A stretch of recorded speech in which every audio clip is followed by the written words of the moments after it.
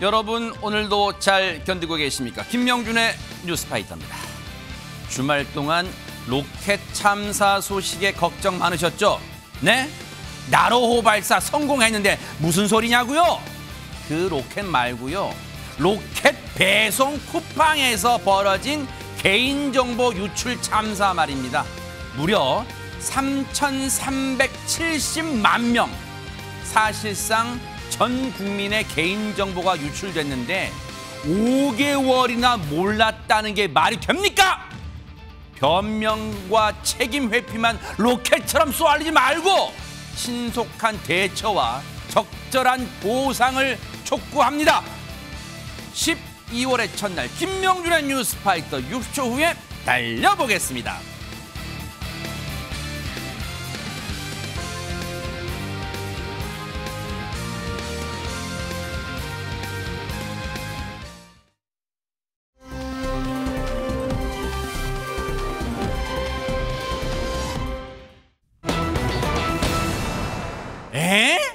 아니 하재근 평론가 지금 해외여행 지금 끝난 거 아니었어요? 지금 이런 일이 있을 수가 있는 거예요 지금 뭐 우리나라에서? 예, 뭔가 헐리우드 스타일 같은 느낌인데 네. 바로 코미디언 윤정수 씨 얘기입니다. 어머나. 윤정수 씨가 어제 저녁에 결혼식을 올렸습니다. 어허. 서울 강남의 어떤 호텔에서 결혼식을 올렸는데 네. 방송인 출신 필라테스 강사하고 백년가약을 맺었는데 어허. 윤정수 씨 부인이 과거에 스포츠 리포터로 활동을 했었거든요. 오. 그때 2010년 광저우 아시안게임 때 리포터로 활동을 해서 와 입이 그냥 귀에 걸렸네 이거. 와. 광저우 여신이라고 불리기도 했던 와. 그러한 분입니다. 공개된 저 모습을 보면 윤정수 씨가 홀쭉해진 모습이 화제가 됐는데 와. 체중을 16kg을 감량했다고 합니다. 대박 섰고. 원래 105kg이었었는데 결혼식을 앞두고 89kg으로 감량을 했다는 거예요. 어머나. 그렇게 감량한 몸으로 멋진 턱시도 차림으로 흥겹게 춤을 추면서 이 하객들 앞에 섰습니다. 많이 날렵해졌는데요 진짜. 근데 호준 변호사님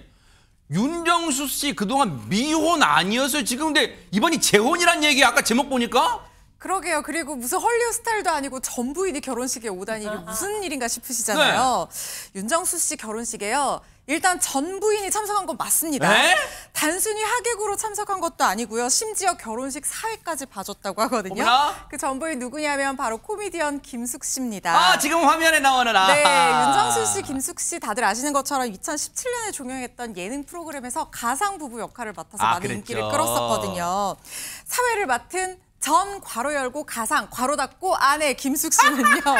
이날 윤정수 씨에게 정말 진심 어린 축하 메시지를 전하고 네. 윤정수 씨도 막 너스레를 떨면서 현장을 더 즐겁게 웃음바다로 만들었다고 하는데 네.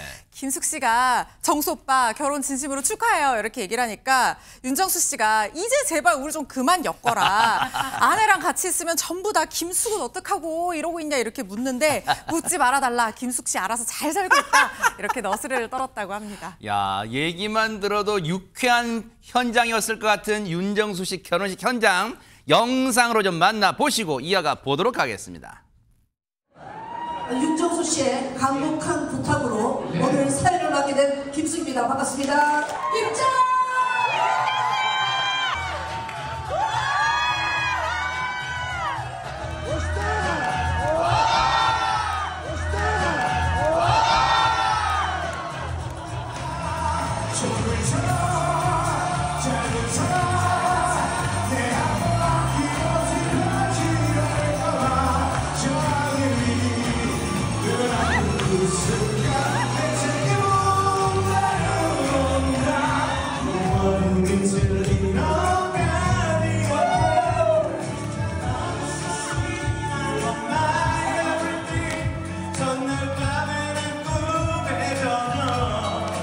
제가 31년 동안 단 한 번도 축가를 부른 적이 없습니다. 오늘이 첫 축가인데 난 변하지 않아 너만 바라볼 거야. 정수야 잘 살아라.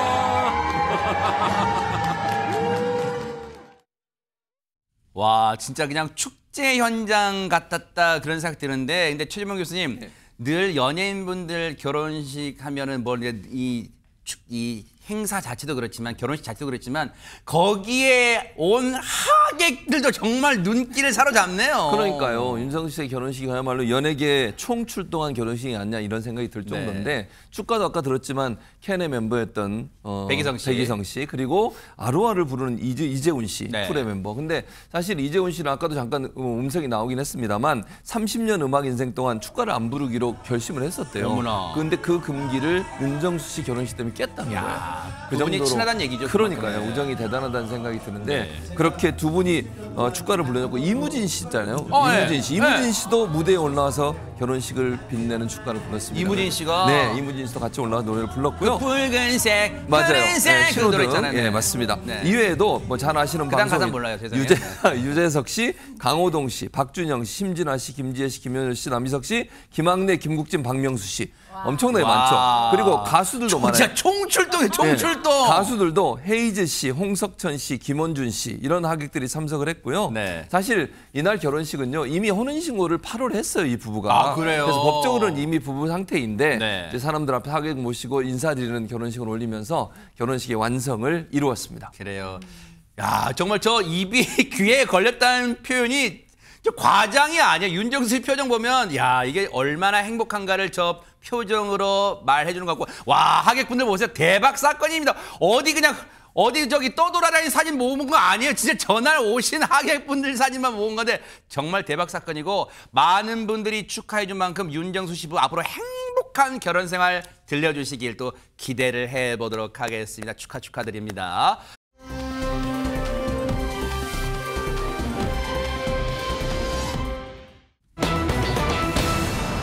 에이?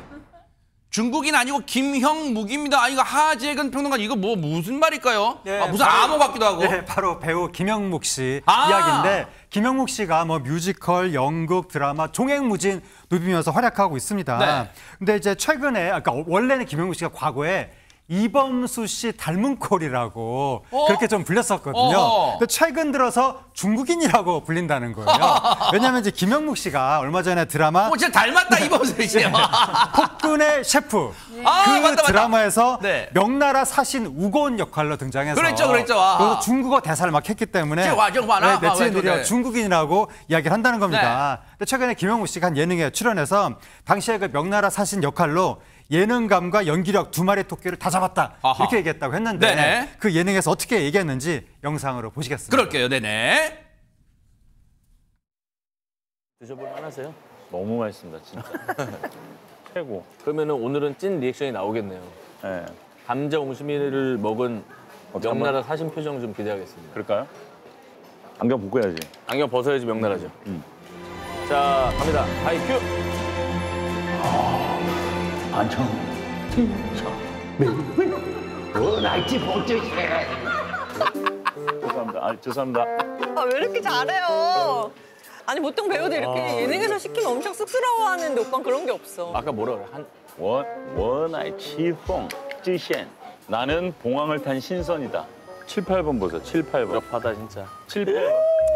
무슨 일이야? 중국어를 못 읽으시니까. 와 도대체 몇 번을 본 거야 오빠? 야, 학창시절에 익혔으면 서울대 갔을 것 같아. 와, 월라이 찌빵 신제 뭐 좀 흉내 봤습니다. 비슷하게. 근데 뭐 중국어 좀 하셨나 봐요? 아닙니다. 네? 중국어 실력은 단 40일 만에 완성된 것이라고 합니다. 어머나? 김형묵 씨가 지난 10월 자신의 SNS에 중국어 연습 노트와 녹음본 일부를 공개했는데 와. 공연, 영화, 촬영을 제외한 총 40일간의 기록이라고 합니다. 어머나. 스케줄 사정으로 첫 촬영 2주 앞두고 본격적으로 대사 암기를 시작했다면서 많이 부족했지만 귀엽게 봐달라는 글도 적어두었습니다. 저게 진짜 얘들이 우리 깜지 쓴다, 까막지 쓴다 하는 거 있잖아요. 공부할 때 진짜 저런 식으로 공부한 거예요, 대사를? 심지어 그냥 중국어도 아니고 단어도 발음도 낯선 고대 중국어 대사였는데 병음, 성조 등을 완벽하게 표현하기 위해서 부단히 노력을 해왔다고 합니다. 와. 심지어 촬영 현장에 중국어 선생님을 불러서 애드립 대사까지 완성했다고 어머나. 하는데 이런 어마어마한 정성이 있었기 때문에 명장면이 탄생할 수 있었습니다. 야, 그야말로 김형묵 씨 연기를 그냥 하는 정도가 아니라 연기의 진심이다. 뭐 그런 게 확 느껴지는데 최근에는요. 뮤지컬도 준비 중이래요. 아, 또 어떤 파격 변신을 준비하고 있을까요? 영상 마저 보시고 이어가 보도록 하겠습니다. 이거는 오해하지 오해하지 마시고 제가 지금 뮤지컬을 하는데 이제 남자 여자도 하고 이러거든요. 슈가라고. 슈가? 예, 뮤지컬? 예, 브로드웨이 초연인데 음악이 너무 좋아요. 아 진짜? 음악이 너무 좋고 코미디예요. 오빠 노래 진짜 잘해요. 노래를 못하면 실망할 것 같아. 노래 좋아합니다. 그러면 뮤지컬 노래 한번 해볼까요? 이번에는 나. 얘들아, 나 약혼했어, 약혼을. 가슴 두근거리고 너무 짜릿해. 이 기쁨 멈출 수 없어. 운명의 남자를 만나서. 목소리 좋다. 아 목소리 갖고 싶다 진짜. 약혼했어. 금방 들어오죠. 이거 중독성 있어. 약혼했어.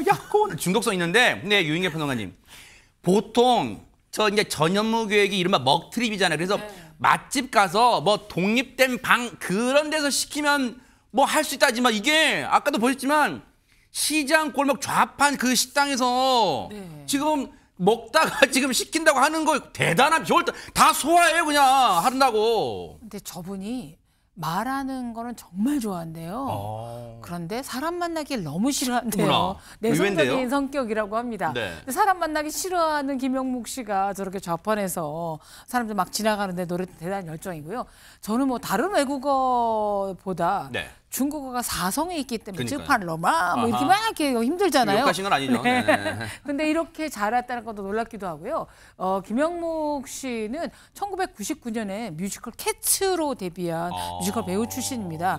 그래서 연기를 너무 하고 싶었는데 뭐 제대로 되지 않아서 유학을 가볼까 생각해서 미국이나 영국의 유명 뮤지컬 뭐 학교라든가 뭐 찾아보고 있다가 아니다. 그래도 배우로서 더 한번 열심히 해봐야 되겠다. 그래서 연기하는 걸 가장 좋았기 때문에 유학을 포기하고 다시 연기를 이제 시작을 했습니다.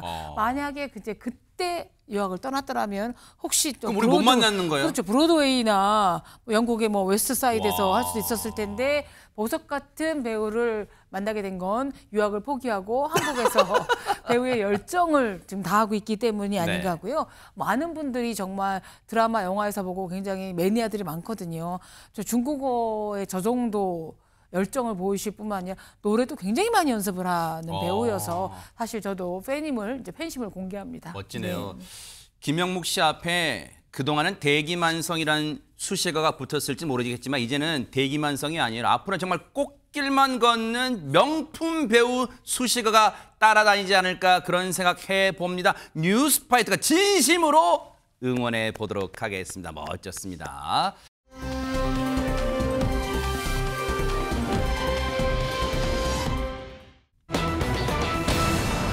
어머나?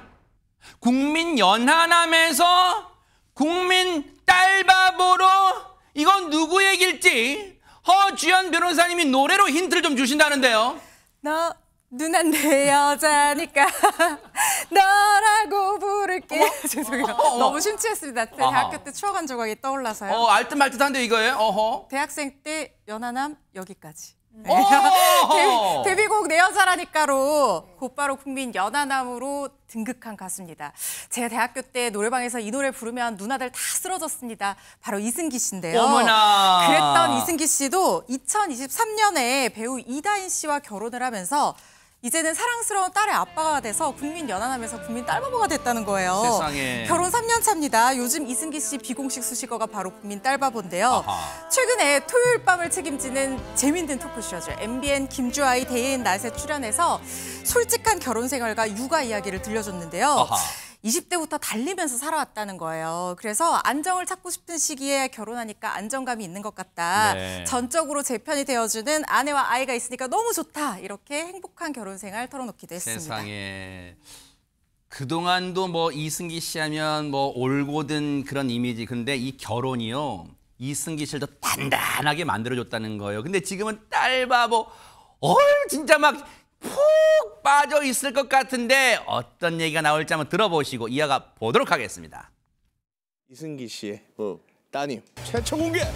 진짜? 하면 안 될 것 같아가지고 저희 이런 장면은 저 너무 궁금해요. 너무 예쁠 것 같아가지고 저희한테만 살짝 보여줄 수 있는지. 지금 핸드폰이 없는데 핸드폰이 그렇군요. 배경화면이 이제 얘기인데 이렇게 생겼어. 아이고야.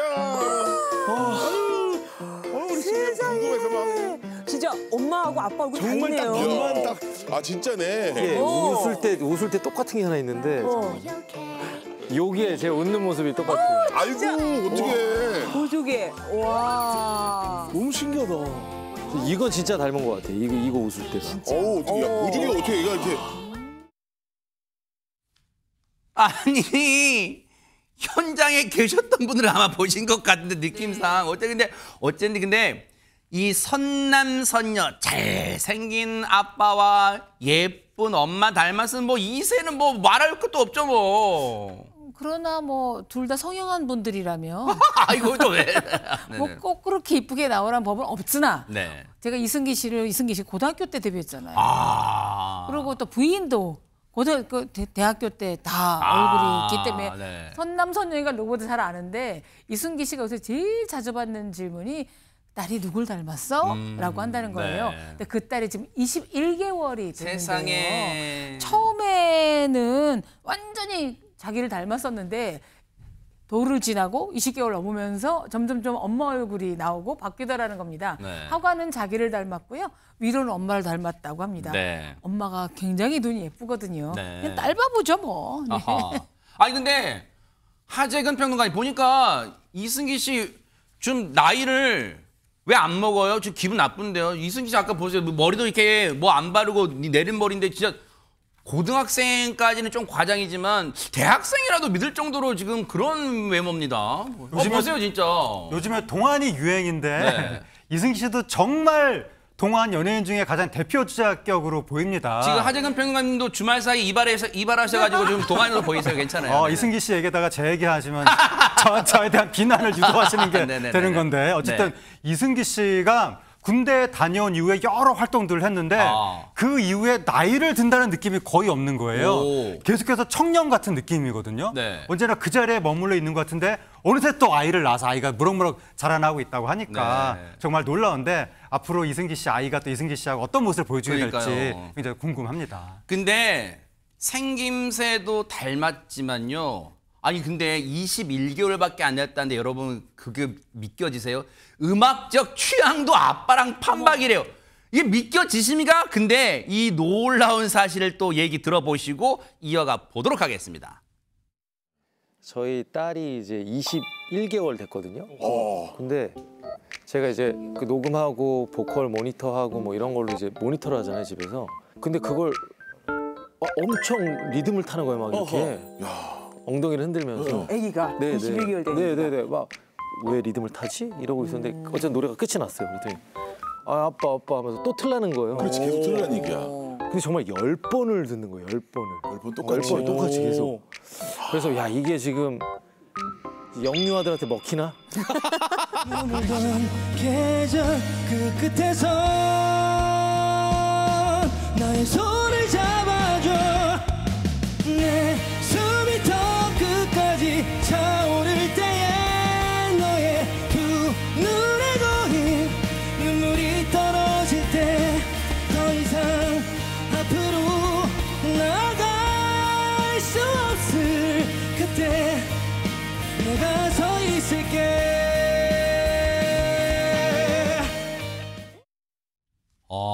대단합니다. 박성배 배우사님. 사실 이 김주하의 데이 앤 나잇은 이제 무슨 공연장이 아니라 음향시설이 이제 토크쇼 하는 곳이라서 그걸 감안하고 봤을 때도 대박 사건 저걸 저렇게 라이브를 해요.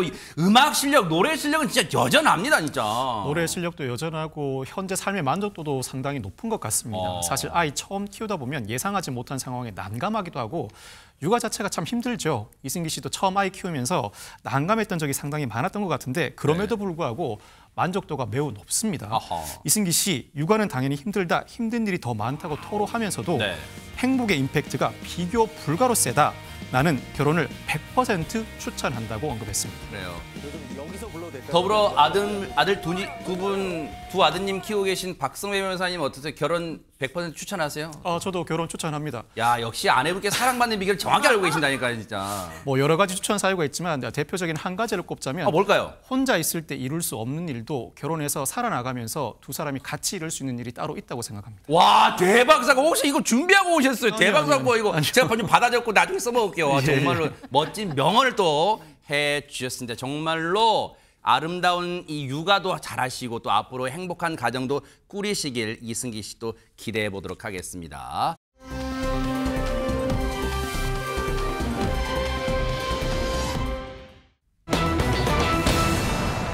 아니, 젊었을 때 고생 그렇게 시킨다는 얘기는 들어봤지만 다 늙어서 바람난 이게 맞아요, 허준 변호사님? 생각보다 이런 상담 사례들 상당히 많습니다. 그래요? 결혼해서 아이들 다 키워놓고 갑자기 외도하는 배우자로 황혼이혼 고민하시는 분들도 있거든요. 어머나. 결혼한 지 40년 넘은 아내분 사연 들려드릴 텐데요. 어머나. 자식들이 모두 장성해서 가정을 꾸렸고 이제는 그렇게 같이 고생했으니까 남편과 둘이서 유유자적하면서 인생을 즐기면서 노후를 보내는 일만 남았다고 생각을 했다고 합니다. 네. 그런데 네. 남편이 등산과 낚시를 핑계로 자꾸 밖으로만 나돈다는 거예요. 어허.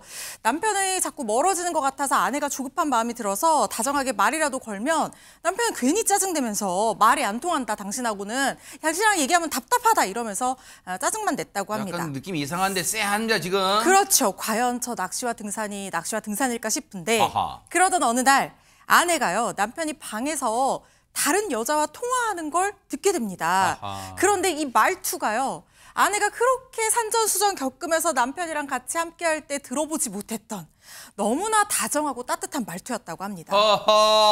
하재근 평론가님, 불길한 예감은 틀린 적이 없다는데 지금 아내분이 그걸 들으면서 어머나 기가 막혀, 어머나 기가 막혀 막 그랬을 거 아니야 지금. 정말 황당하고 기가 막혔을 텐데 아내가 그 말 듣고 이제 남편한테 따졌습니다. 다 늙어서 바람났냐? 라고 다 따진 거예요. 네. 남편이 뭐라 그랬냐면 변명을 안 하고 오히려 뭐 당당하게 남의 사생활에 간섭하지 말고 너도 네 인생 즐겨라. 뭔 남이에요 남편이, 뭔 남이야 진짜. 이렇게 얘기했다고 합니다. 그러니까 아내가 남편의 이러한 차가운 태도에 너무 서러웠는데 그렇다고 해서 남편이 또 부정행위를 했다는 무슨 증거는 없고 그래서 일단 꾹 참았습니다. 아니, 하재근 평론가님, 이럴 땐 참으면 안 되는 게 남편 전화 당장 주라고 해서 지금 통화했던 사람 다시 번호 딱 누르면 통화될 거 아니에요. 다시는 우리 남편과 통화하지 마세요라고 따끔하게 얘기하든가 하지 왜 참은 거예요? 참으면 이제 이 상태가 변화가 안 되고 더 심화될 수도 있는데 어쨌든 참으면서 나중에 이제 어떻게 됐냐면은 남편이 며칠 바람 좀 쐬고 올게 라고 하면서 여행을 떠났다고 합니다. 떠났는데 돌아올 생각을 안 했다는 거예요. 어머나! 안 들어온 상태에서 자식들하고만 통화하면서 아내의 전화는 받지 않았다고 합니다. 허허. 그러면서 아내한테 한참 뒤에 문자를 하나 보내왔는데 뭐라고요? 문자의 내용은 나 좀 혼자 있고 싶다. 이런 내용이었다고 합니다.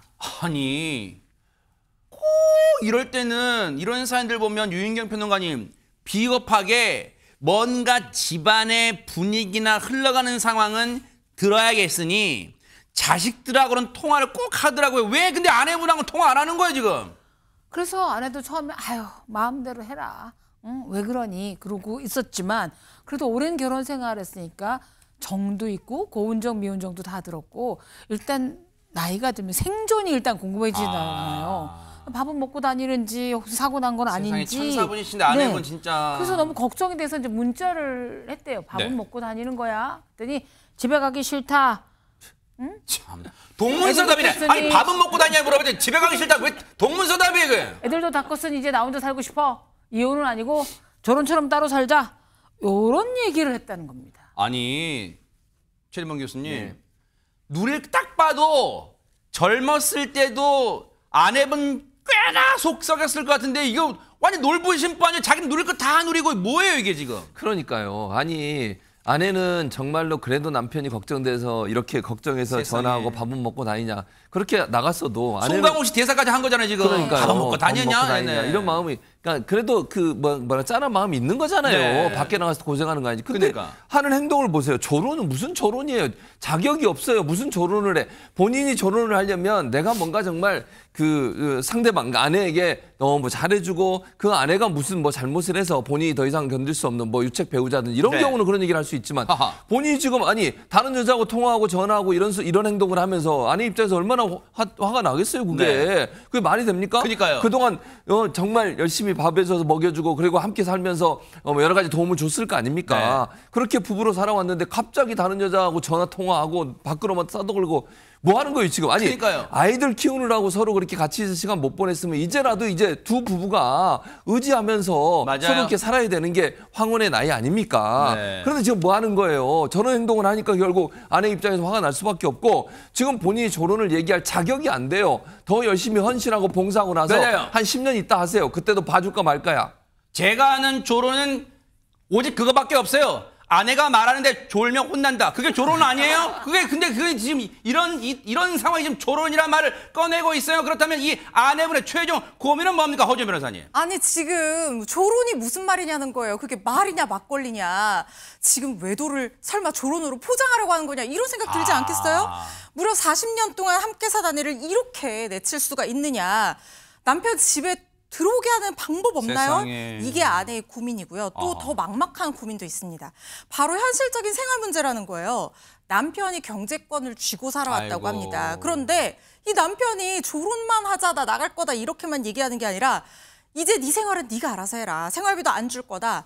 네 명의로 된 예금을 깨서 아이고. 알아서 잘 써라. 이렇게 얘기를 했다는 세상에. 거예요. 아직도 경제활동을 하고 있는 남편에게 생활비를 계속 받을 수는 없는 건지 너무나 답답하고 막막하다는 것이 이 아내의 고민입니다.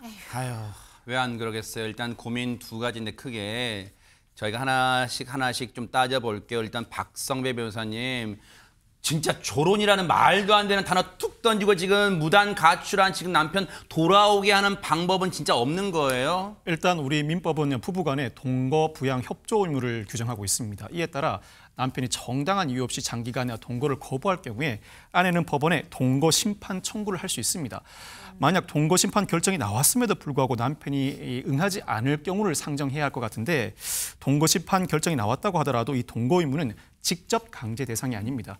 만약 직접 강제로 남편이 강제로 살게 조치할 경우에는 남편의 인격권과 행복 주거권이 침해될 우려가 있기 때문입니다. 이에 따라서 아내는 남편을 상대로 그 심판 결정을 따르지 않았다는 이유로 위자료 청구를 할 수 있는데 위자료 지급 의무를 통해서 간접적으로 강제하는 조치입니다. 하하. 일단은 아내분한테 뭔가 길이 있는 거예요. 그렇다면 허주현 변호사님, 이 아내분의 두 번째 고민이 그거예요. 지금 사실은 진짜 치사한 거예요. 생활비 지금 자기가 이 남편분이 혼자 돈 번다고 생활비 이 돈줄을 끊어버리겠다는 건데 이거 생활비를 받아낼 방법은 진짜 막막한 거예요. 진짜 방법 없는 거예요. 부양료 청구를 통해서 최소한의 생활을 유지할 수 있는 생활비를 청구할 수 있습니다. 우리가 아무리 뭐 당사자 간의 조론이네 뭐네 하고 또 설령 별거를 한다고 하더라도 법적으로 부부 사이가 유지되는 한은 그 생활을 충분히 보장해 줄 만한 어떤 상호 부조의 의무라는 게 있는 거거든요. 그래서 이제까지 어떤 생활 수준이라든가 그리고 남편의 경제적 활동으로 벌어들이는 수익 수준 등을 고려해서 아내가 생활을 유지할 수 있을 정도의 부양료 심판 청구를 제기를 해서 부양료를 받으실 수 있습니다. 그 남편분 그렇게 치사한 행동 하지 말고요. 조강지쳐 버리고 달된 사람 없단 말 옛말 틀린 거 없어요. 나중에 늙고 힘들고 그러면 지금 혹시 만나고 있는 그 여성분이 뭐 어떻게 돌봐줄 것 같아요? 지금이라도 정신 차리고 일찍 저녁 먹기 전에 지금 저녁 시간 됐으니까 저녁 먹기 전에 얼른 귀가하기 바라겠습니다.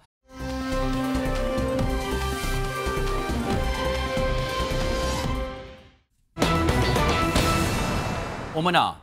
이제 드디어 12월 달 접어들었잖아요. 이제 크리스마스 카운트다운 막 들어가는데 크리스마스 선물 이시영 씨한테는 벌써 온 걸까요? 하재근 평론가님. 네, 드디어 울면 안 되는 크리스마스 시즌이 그러니까요. 이제 돌아오고 있는데 이세영 씨도 아들과 함께 예쁜 크리스마스 트리를 설치했다고 합니다. 와우. 관련 영상이 있는데 이제 하얀색 나무를 가지가지 열심히 이제 펼치고 예쁜 장식품들을 다 달았습니다. 와. 거기에 조명까지 쫙 붙인 거예요. 그러면서 짠하고 다 만들고 나서 그 아들하고 예쁘게 막 하이파이브도 하고 그렇게 즐거운 한때를 보낸 영상을 올렸습니다. 그 집 곳곳에 크리스마스 분위기 물씬 나게 여러 가지 막 장식품도 놓고 액차도 놓고 와. 다양한 뭐 이벤트를 마련했다고 합니다. 네. 그러면서 네. 저러한 여러 가지 꾸밈 같은 걸 하면서 특별한 카드도 준비했다는 거예요. 네. 그 카드 속에는 귀여운 아기 산타가 들어 있었는데 그 아기 산타가 누구냐면 바로 얼마 전에 출산한 둘째 딸 씩씩이였습니다. 좀 더 자세히 보면 크리스마스 선물 상자 속에 산타 복장을 한 둘째 딸의 모습이 있습니다. 아하, 있네요, 진짜. 이시영 씨가 뭐라 그랬냐면 드디어 집으로 도착한 씩씩이 사진 평생 소장각 이렇게 예쁘게 귀엽게 올렸는데 네. 저 사진과 영상이 문제가 있었습니다. 왜요? 올렸다가 돌연 삭제했다가 다시 올린 겁니다. 아니 지금 허준면에 우리가 영상으로도 보고 하면은 어머 우리 그런 벌써 그 탄성이 절로 나오잖아요. 어머나 세상에 크리스마스 맞아서 아기 천사네 아기 천사 이 말이 절로 나오는데 왜 이걸 올렸다가 지웠다는 거 왜 그런 거예요? 이 누리꾼들이 왜 아기를 장식품처럼 그렇게 올렸냐 이것 때문에 말들이 많았어요. 그래서 이게 좀 논란이 됐거든요. 네? 사실 이런 사진이요. 보통 이 본 아트, 태어났을 때 뭐 만드는 작품, 예술 작품처럼 그렇게 얘기를 해서 태어난 지 얼마 안 된 신생아를 작품처럼 예쁘게 담기 위해서 다양한 소품으로 꾸며서 다양한 컨셉으로 이 기록을 남기는 그런 촬영 방식이거든요. 보통 생후 2주 이내에 촬영을 해서 신생아 촬영이라고 불리니까 이시영 씨도 생후 한 달도 안 된 이 둘째의 귀여운 모습을 담고 촬영하기 너무 잘했다. 매일 꺼내봐야지. 올해 크리스마스 장식품 저 어때요? 뭐 이런 문구까지 덧붙여서 귀엽게 영상을 올렸던 건데요. 일부 누리꾼들이 신생아가 무슨 크리스마스 장식품 취급하냐. 그리고 부모의 과한 연출 욕심이다. 아기의 인권 안전은 어디 있냐. 이렇게 비판을 한 겁니다. 그래서 논란이 커지니까 이시영 씨가 게시물을 돌연 삭제했던 겁니다. 아니 박성배 변호사님 또 이거 이 생활 얘기 여쭤봐서 죄송한데 그러면 두 아드님 태어나서 할 동안 그럼 아무런 이벤트 없이 아내분께서 그냥 무럭무럭 자라기를 이렇게 바라만 본 거야. 아무 이벤트 없이. 아니 부모들은 의뢰 저렇게 아이를 태어나면 뭔가 소중한 나중에 이 아이가 나중에 커서 자신의 성장기를 볼 어떤 추억거리 만들어주고 싶은 마음 다 있는 거 아니에요? 저게 글쎄 비난할 건가요? 어떻습니까? 비판은 자유지만 사실 많은 부모들이 이런 사진을 찍습니다. 이와 관련해 당시에도 이런 의견이 많았는데 누리꾼들은 이런 기념사진은 부모의 자유다. 상자 안이나 인형 사이에서 많이 찍는다. 안전하게 감싸서 촬영하는 방식은 흔한 방식인데 과도한 지적이다라는 글이 이어진 바 있습니다. 실제로 태어난 지 얼마 안 됐을 때, 한 달 무렵 지났을 때 돌 무렵에 아이 기념사진을 이런 방식으로 남기는 경우를 흔히 볼 수 있는데 다른 부모들이 촬영한 아이 사진을 통해서도 그동안 아이를 기념으로 남기기 위한 많은 부모들의 노력을 확인할 수 있습니다. 그럼에도 불구하고 이시영 씨가 다시 완성본 사진을 공개했더니 누리꾼들은 카드로 만드니까 더 감동적이라는 긍정적 반응도 보인 반면에 일각에서는 논란이 있었는데 굳이 다시 올렸다는 부정적 반응도 보이고 있습니다. 글쎄요. 신생아만 사진을 찍는 유명한 미국 사진 작가가 있어요. 아, 그래요? 네. 예, 그래서 작품부터 카드로 하는데 신생아인 딸을 이렇게 보였다기보다 신생아여서가 아니라 출산 과정에서 이혼한 남편하고 처음에 상의 없이 임신을 했다는 것에 대한 분노들이 많이 커서 아기를 저렇게 장식품처럼 취급했다는 오해를 받고 있는 것 같습니다. 여기로 연결된 거예요. 그 어떤 그 비판과 조금은 이 안 좋게 바라본 시선 여기까지 이어진 거예요. 그렇게 보시는 거잖아요. 세상에 왜 그 일부 저는 일부라고 믿고 싶어요. 일부 누리꾼들은 왜 그렇게 못된 심성을 가지고 있어요. 저게 정말로 비판받을 손가락질 받을 만한 행동일까요? 글쎄요. 이거는 우리가 너무 과유불급이라는 말이 있잖아요. 지나치면 건전한 비판만도 못하지 않나 그런 생각해 보고요. 이시영 씨 일찍 찾아온 크리스마스 선물 또 두 아이들과 잘 보내시길 또 기대해 보도록 하겠습니다.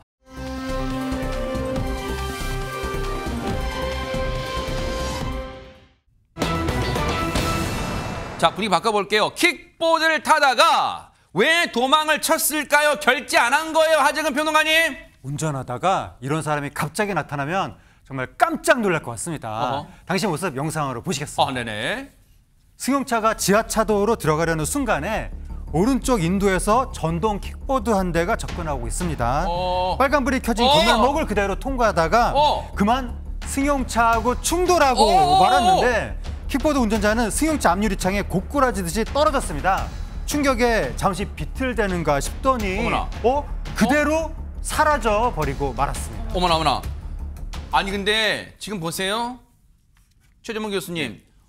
뭐가 저렇게 킥보드 운전자가 조심성이 없었던 것처럼 보이기는 맞지만 그렇다고 저게 그냥 저렇게 차에 받쳤는데 비틀비틀하고 어디 현장에 떠날 건 아니잖아요. 그건 아니죠. 그럼 보통은 이제 저렇게 되면 병원을 가든지 아니면 운전자가 데리고 가서 병원에 치료를 받든 이래야 되는 거 아니에요? 네. 뭐 나중에 시집이면 가리더라도. 그렇죠. 근데 그렇지 않고 본인이 떠났어요. 뭔가 문제가 있는 것처럼 보이지 않습니까? 어허. 이게 지난 8월 31일 날 오후 8시쯤에 경기도 고양시 한 도로에서 있었던 사고인데요. 아주 늦은 시간도 아니란 말이에요. 그렇죠. 20대 킥보드 운전자가 적색 신호에서 횡단보도를 건너다가 정상 주행하던 차량과 부딪히게 된 겁니다.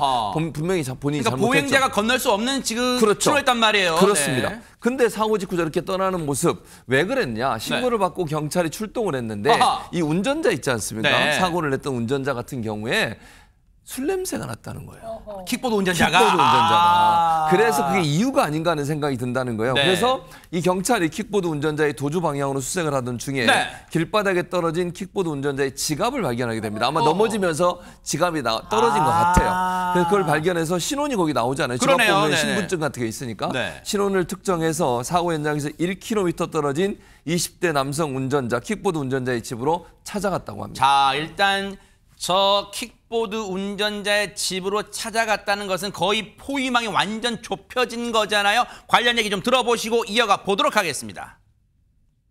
사실에 대해서 이제 말했는데 말을 하지 않고 있어가지고 떨어뜨린 이제 지갑이랑 이제 사고로 인한 이제 몸에 상처 이런 걸 이제 토대로 추궁해서 그 혐의 사실을 자백받았습니다.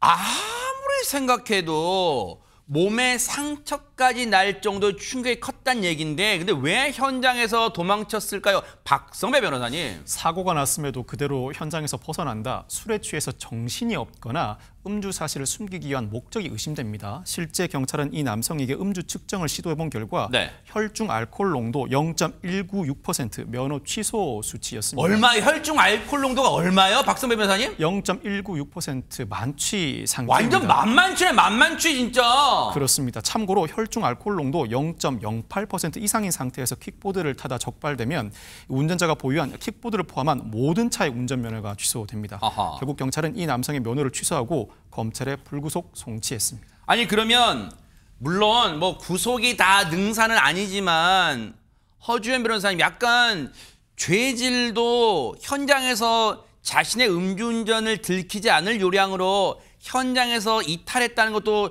죄질도 안 좋을 수 있는데 일단은 불구속 송치했다는 거예요. 그러면 어떤 혐의가 적용된 거예요? 일단 음주운전죄에도 해당할 수 있고 그리고 지금 피해 차량만 파손이 된 건지 아니면 안에 있는 운전자까지 사고로 장애를 입었는지 확인이 되지는 않지만 전동 킥보드도 똑같이 사고를 낸 이후에 도로교통법상 규정된 조치 의무를 다하지 않거나 다친 피해자를 구호하는 조치를 취하지 아니하면 이 부분은 사고 미주치죄 또는 특가법상 도주치상죄에도 해당할 여지가 있습니다. 그렇지만 전동 킥보드 사고 같은 경우에는 뭐 형량은 똑같다 할지라도 차량으로 사고를 내고 도망간 경우와는 달리 좀 양형상으로 좀 가볍게 처벌되는 경우들이 많거든요. 그리고 지금 자동차가 부서졌거나 안에 타고 있던 운전자가 다쳤다라고 하면 이 부분에 대해서도 손해배상을 해줘야 될 책임을 지는데 전동 킥보드는 종합보험에 가입되어 있지 않은 경우가 많기 때문에 대부분 그러니까 종합보험에 의무적으로 가입하지 않아도 되는 상황이기 때문에 이 부분은 만약에 상황이 된다라고 하면 보험이 없다라고 하면 자비로 배상해줘야 될 가능성 매우 높아 보입니다. 지금 갈수록 전동 킥보드는 늘어나는 추세예요. 하지만 이에 대한 대책 왜냐하면 예전에도 뉴스파이터가 말씀드렸지만 여기저기 막 주차장이고 어디고 다 막 함부로 세워놓는 것부터 해가지고 이런 지금 이런 음주 상태로 킥보드 타는 것 이것까지 뭔가 막을 수 있는 제도적 장치도 좀 마련해 주시길 기대를 해보도록 하겠습니다.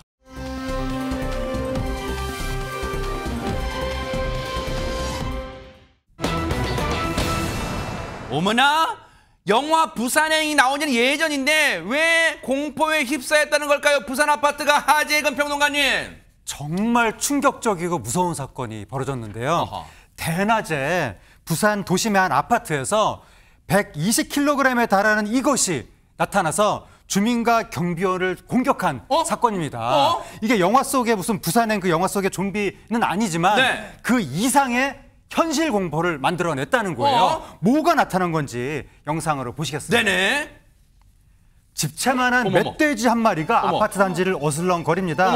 출입문을 들이받아도 열리지 않자 주차장 쪽으로 향하는데 한 여성을 발견하더니 그대로 지금 주차장 출입문을 들이받는 건데 여성을 이제 발견하고 나서 그대로 들이받습니다. 세상에 어떻게 쓰러진 여성을 막 사정없이 막 물어뜯고 또 들이받는데 멧돼지의 공격이 멈추지 않습니다. 쓰러진 여성을 밖으로 끌고 나가더니 재차 얼굴을 공격했고 이런 공격이 2분여간 이어졌습니다. 어떻게. 비명을 듣고 뛰쳐나온 경비원이 나무 목대를 휘두르고 한 주민이 커다란 몽둥이로 내리치자 그제야 달아났습니다. 세상에 당시에 저 피해를 당하고 계시던 여성분을 도와주고 저 막대기로 이 멧돼지를 가격했던 분 얘기 좀 들어보시고 이어가 보도록 하겠습니다. 철창에서 비명소리를 듣고 머리 부분이 아무래도 약하다 싶어서 그 부분에 집중적으로 좀 타격을 했는데도 몇 번을 가격하니까 멧돼지가 잠시 공격을 하려는데 멈추더라고요. 경비 아저씨 한 분하고 빗자루 하고 막 감을 지니까 멧돼지가 밑으로 내려갔습니다. 산 쪽으로 안 가고 다시 동네 밑으로 내려가. 일단 저 주민분들 진짜 주민분들이 안 도와주셨으면 저 피해를 당하는 여성분은 어떻게 됐을까 상상하기도 싫은데 근데 허준 변호사님 저 몹쓸 멧돼지가 산으로 도망간 게 아니라 지금 아래 동네로 갔다는 거 더 걱정돼요, 더. 그러니까요. 아래 동네 민가가 더 많을 수도 있는데 아파트 입구에서 어떻게든 막아야 될 텐데 걱정되는 상황이잖아요. 그런데 좀비처럼 대상을 가리지 않고 계속해서 이 멧돼지가 달려들었다고 합니다. 위험천만한 상황 계속 이어졌는데요. 영상으로 한번 보시죠. 네네. 멧돼지는 아파트 입구로 도주합니다. 이번에 마주친 사람 또 있습니다. 바로 경비원인데요. 어떻게. 또 공격하고 쓰러진 경비원 재차 들이받고 물어뜯는 모습입니다. 아이고. 멧돼지를 쫓아온 주민이 몽둥이로 사정없이 내리쳐보지만 꿈쩍도 하지 않고요. 진짜 꿈쩍도 안 하네. 네, 주민의 도움으로 간신히 경비원이 넘어져 있다가 저렇게 발로 밀어차고 하면서 몸을 피하거든요. 저 울타리 뒤로 지금 넘어가려는 모습인데 아슬아슬하게 넘어갑니다. 하지만 이 경비원 다쳤습니다. 경상을 입었고요. 앞서 영상에 나온 이 80대 여성도 중상을 입었습니다. 어머 세상에 아니 그동안 우리가 멧돼지 출몰한 영상을 많이 봤지만 그것과는 비교도 안 돼. 지금 사람에게 공격을 지금 재차 가하고 있는데 박성배 변호사님 혹시 저 멧돼지 몹쓸놈의 멧돼지 지금도 혹시 부산 시내를 여기저기 휘젓고 다니는 거예요 지금? 이 사건은 지난 29일 오후 2시 15분경 부산 금정구 범어사 근처 모 아파트 주변에서 벌어진 일입니다. 거대한 멧돼지가 출현해서 일대를 휩쓰고 다녔고 결국 80대 주민 한 명이 얼굴 등에 중상을 입고 60대 경비원도 오른쪽 다리에 경상을 입어 치료를 받았습니다. 이어서 오후 3시 4분경 근처 식당 텃밭에서 야생동물 포획단이 이 멧돼지를 사살했습니다. 하하, 일단은 뭐 먹이를 찾아서 내려왔을 수도 있지만 어쨌든 사람을 공격하는 건 반드시 사살할 수밖에 없다는 거 진짜 다시는 멧돼지 피해가 없기를 기대를 해보도록 하겠습니다.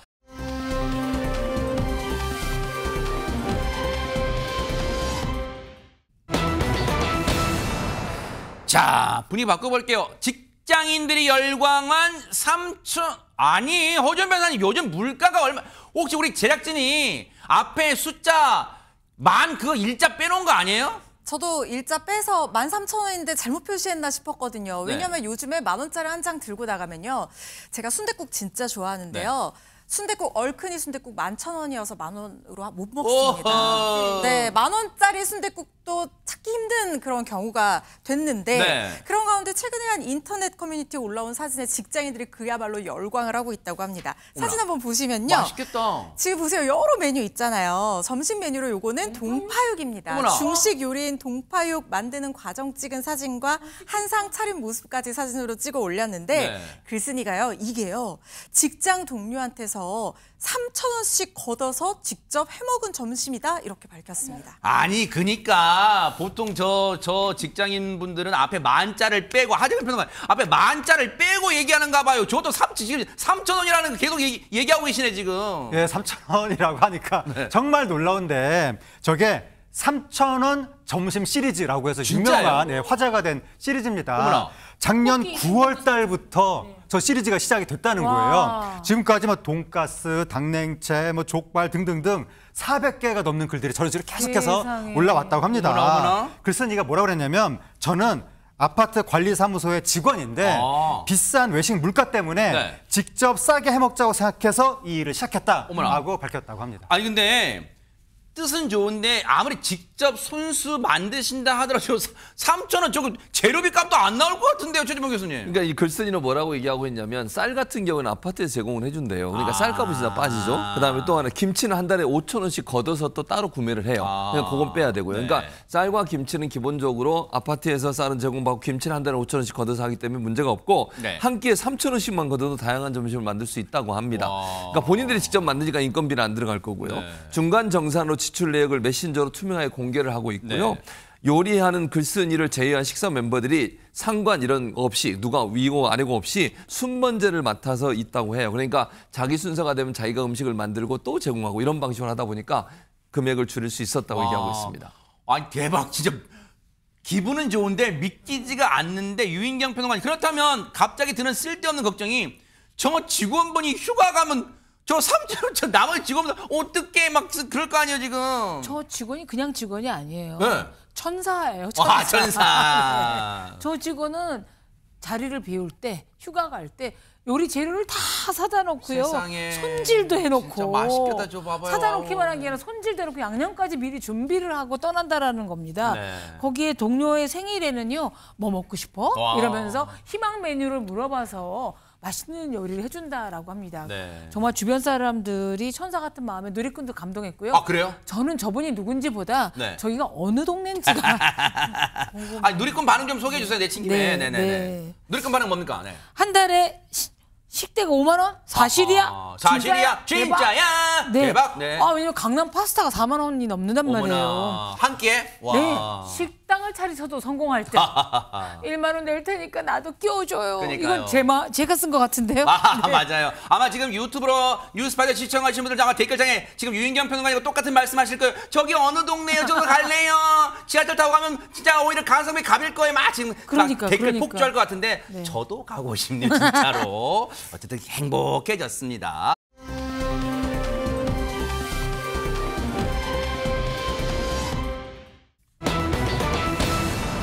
기분 좋았는데 이 제목이 뭡니까 하재근 평론가님? 네, 흉기 내려 쏜다 이렇게 외치는 사건이 벌어졌다는 거예요. 지난 10월 늦은 새벽 시간에 거리를 배회한 의문의 남성에게서 사건이 시작됐습니다. 당시 모습 영상으로 보시겠습니다. 영상이 있어요, 네네. 주택 계단을 내려온 한 남성의 모습이 보이는데 자세히 보면 한 손에 흉기가 들려 있습니다. 어떻게? 대체 저걸 들고 어디로 가려는 것인지 두리번거리면서 거리로 향하는 남성의 손에는 여전히 흉기가 들려 있습니다. 어떡해요? 그렇게 몇 시간 동안이나 거리를 배회하던 남성은 몇 시간이나요? 그렇습니다. 시내 방면으로 발걸음을 돌려서 어떤 주점 앞에 도착하게 됩니다. 근데 이제 그 시각에 도로에 주점에서 쓰레기를 버리기 위해서 어떤 종업원이 이제 밖으로 나온 거예요.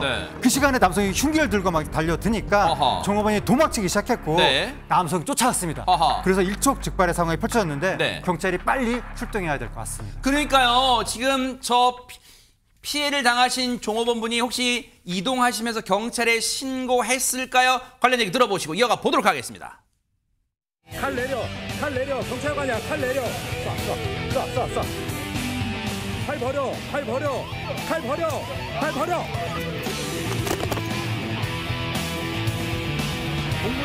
특수 공무집행 방해로 현행범 체포합니다.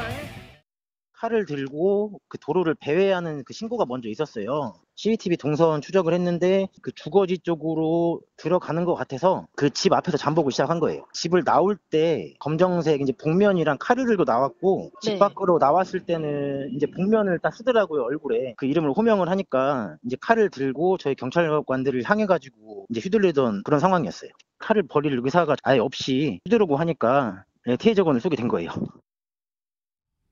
저 몹쓸인가는 뭘까요? 유인경 평론가님, 다시 집에 들어갔다가 이제 CCTV 오니까 집에 들어갔다가 다시 나올 때는 복면을 썼다는데 이 인간 아주 범행하기로 작정했네요, 진짜.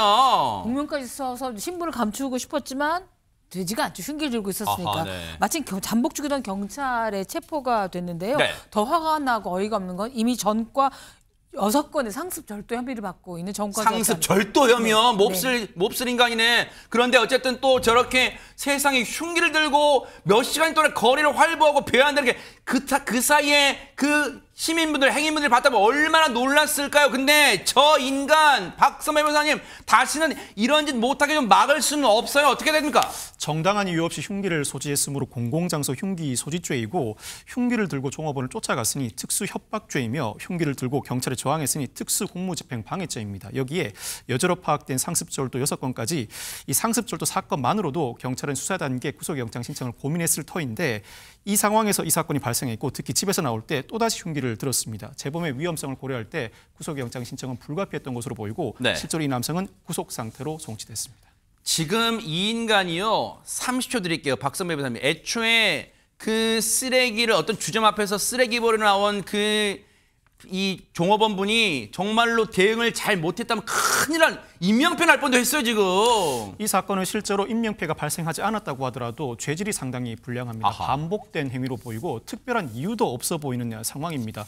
어떠한 이유를 제시한다고 하더라도 이와 같은 반복된 행위는 엄벌에 처해질 수밖에 없는 만큼 기존 절도 사건 외에도 특수공무집행 방해까지 형사사건의 재판이 진행되는 과정에서 구속 상태를 넘어서는 실형 선고 가능성이 상당히 높습니다. 네. 정말로 신고를 해주신 분도 감사하고 그리고 즉시 출동해서 저 몹쓸 인간을 위험한 상황임에도 검거해 주신 데 총력을 다해 주신 우리 전국의 경찰분들 정말 지금도 노고가 많으신데 우리 경찰분들께 다시 한번 감사의 박수를 보내드립니다.